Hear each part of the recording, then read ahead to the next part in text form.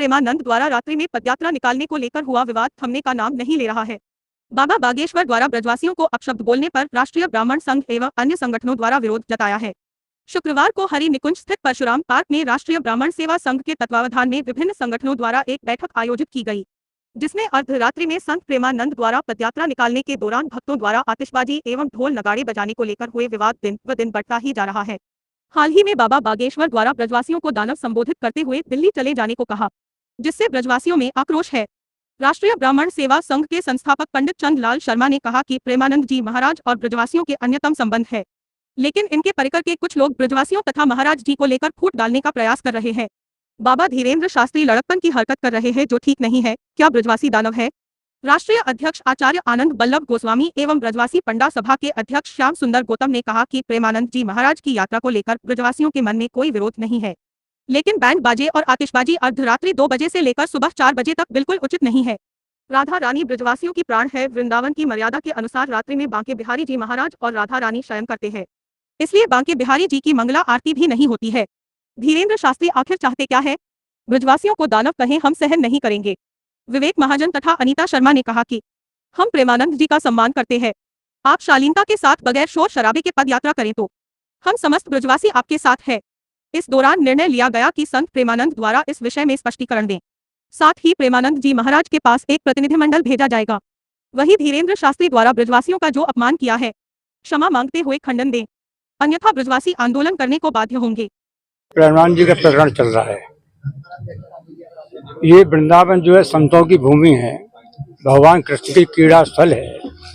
हम ये देखते हैं कि सारे वृंदावन में जो हमारे मंदिर देवालय हैं और शाम को उनको ठाकुर जी को शयन कराया जाता है और सुबह उनको विधिवत उनको जागृत किया जाता है। लेकिन आश्चर्य होता है कि जो प्रेमानंद जी के जो फॉलोअर्स हैं वो अपने रात्रि के समय पर बैंड बाजा, आतिशबाजी और अनेक तरह से मतलब है कि ध्वनि प्रदूषण फैलाते हैं।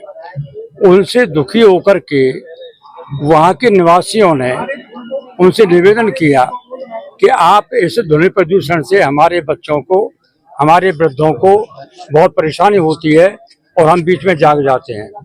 तो अब इस तरीके से इस प्रकार जिला, लेकिन उनकी परिक्रमा का या उनकी यात्रा का किसी ने विरोध नहीं किया है। हम प्रेमानंद जी के प्रवचनों से बहुत प्रभावित हैं और हमारे वर्ल्ड के फिल्म के मतलब संत हैं। ये हमारे गौरव की बात है और उनका निकलना चाहिए। लेकिन इस प्रकरण को लेकर के जो हमारे धीरेन्द्र शास्त्री हैं बागेश्वर धाम के, उन्होंने इनको महिलाओं को और जहाँ के रहने वालों को जो दानव का है तो चले जाएं। हम उनकी ब्राह्मण सेवा संघ पूरा और वृंदावन नागरिक जहाँ सब विराजमान है, सभी संस्थाओं के यहाँ लोग मौजूद हैं। उसकी हम उसके बागेश्वर धाम के जो जैसे है अपने बाबा हैं उनके हम घोर निंदा करते हैं और निंदा कर रहेंगे और उनको ये भर्त्सना भी करते हैं उनकी कि प्रभुता पाए कायम मदना। उनको बहुत अहंकार हो गया है और उनको अहंकार से नीचाना चाहिए और शालीनता से उनको ऐसे प्रवर्तन और नहीं करना चाहिए समाज के लिए। क्या नाम है आपका? विवेक महाजन। विवेक जी, आज बैठक हुई क्या? देखो, बैठक हुई है। बैठक में एनआरई ग्रीन की जो महिला है, जो माता है, उनका पोल्यूशन के खिलाफ जो ध्वनि प्रदूषण था, केवल उसके खिलाफ उनका अनशन था या उनका विरोध था।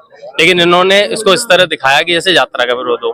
किसी भी ब्रजवासी ने यात्रा का विरोध नहीं किया। चीख कर सारे ब्रजवासियों ने बता भी दिया कि हमने कोई यात्रा का विरोध नहीं किया। महाराज जी रात में भी यात्रा निकालें और महाराज जी दिन में भी यात्रा निकालें, कोई विरोध नहीं है। अब जो बैंड बाजों का विरोध है, रात में 2 बजे जो चलते हैं, जो आतिशबाजी का विरोध है, इन सनातन धर्म के जो सबसे बड़े समझदार लोग बने हुए हैं, जो इस तरह ब्रजवासियों को और संतों को लड़वाने का काम कर रहे हैं, उनसे कोई पूछे कि बांके बिहारी जी के मंदिर में मंगला आरती नहीं होती क्योंकि ठाकुर जी जग जाएंगे, उनको परेशानी होगी। उसी स्वरूप में ही तो हमारे छोटे छोटे बच्चे हैं घरों में, तो उनको कैसे हम जगा देंगे रात में? और ठाकुर जी के बांके बिहारी जी के मंदिर में घंटी तक नहीं है, एक भी घंटी बांके बिहारी जी के मंदिर में नहीं है। क्यों नहीं है घंटी? उन सनातन के ठेकेदारों से पूछिए जाकर कि वहां पर घंटी क्यों नहीं है। इनका बस चले तो वहां पर भी घंटियां लगवा दें। और तीसरी बात सुनिए, तटीय स्थान में आज भी कोई भी यंत्र जो बिजली से चलता हो, कोई भी लाउड स्पीकर जो बिजली से चलता हो, कोई भी ध्वनि से बिजली से चलने वाला कोई भी ध्वनि वाला यंत्र तटीय स्थान में नहीं चलता है। तो क्या वो सनातन नहीं है?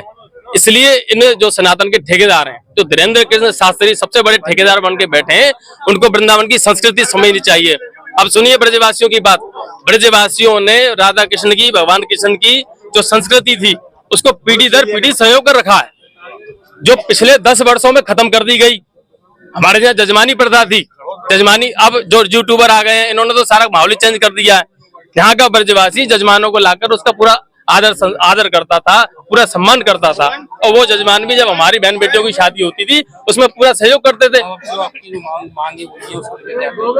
देखिए, इन धीरेन्द्र शास्त्री जी से पूछिए कि हमारे सनातन धर्म में सबसे बड़ा दर्जा आज भी अगर भगवान के बाद में है तो माँ का दर्जा है और बहन का दर्जा है। और आज उन माँ को अगर ये लोग गाली दे रहे हैं तो ये कौन से धर्म का हमारे का प्रचार कर रहे हैं। अगर किसी माँ को कोई तकलीफ है, किसी बहन को कोई तकलीफ है, वो क्यों नहीं कहेगी। यदि उन्होंने अपनी तकलीफ को माँ ने, बहन ने जाहिर किया है तो आप उनको गाली देने का काम कर रहे हैं।